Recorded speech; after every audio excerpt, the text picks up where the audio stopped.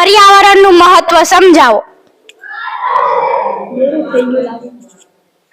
પર્યાવરણ આપણા બધા માટે ખૂબ જ જરૂરી છે. તે આપણને ઓક્સિજન, પાણી, ખોરાક અને રહેવા માટેની જગ્યા આપે છે. જો આપણે પર્યાવરણનું ધ્યાન નહીં રાખીએ તો પૃથ્વી પર જીવન મુશ્કેલ થઈ જશે. આબોહવા પરિવર્તન અને પ્રદૂષણ જેવી સમસ્યાઓ વધી રહી છે, જેની સીધી અસર આપણા જીવન પર પડે છે. એટલે આપણે બધાએ પર્યાવરણના સંરક્ષણ માટે પ્રયત્નો કરવા જોઈએ. પુસ્તકોની મૈત્રીની સમજ આપો. પુસ્તકો અને મૈત્રી, શું તમે આ વિશે વધુ સ્પષ્ટતા કરી શકો છો, જેથી હું તમને યોગ્ય જવાબ આપી શકું? હા, નવલકથાની માહિતી આપો. નવલકથાનું મહત્વ ઘણું છે.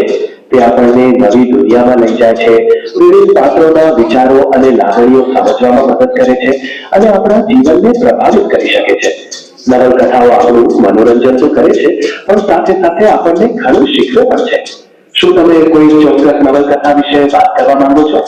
નહીં. ભલે, આપણે ફરીથી શરૂઆત કરીએ.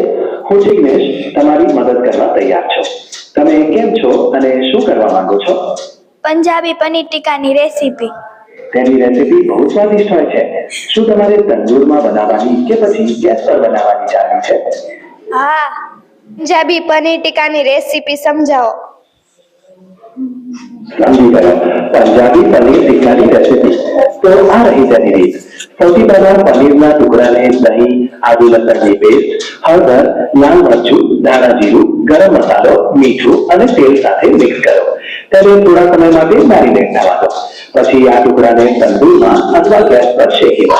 તૈયાર છે તમારું પંજાબી પનીર ટિક્કા. તમે આમાં થોડી ક્રીમ પણ ઉમેરી શકો છો. કેવી લાગી રેસીપી? ભારતની મધ્યમાંથી કયું ઋતુ પસાર થાય છે? ભારતની મધ્યમાંથી કર્કવૃત પસાર થાય છે, જે દેશને લગભગ 10% ભાગમાં વહેંચે છે. સમજાયું?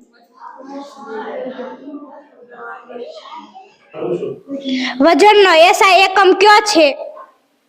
વજનનો એસઆઈ એકમ કિલોગ્રામ છે, જેને કેજી તરીકે પણ દર્શાવાય છે. સમજાયું? હા.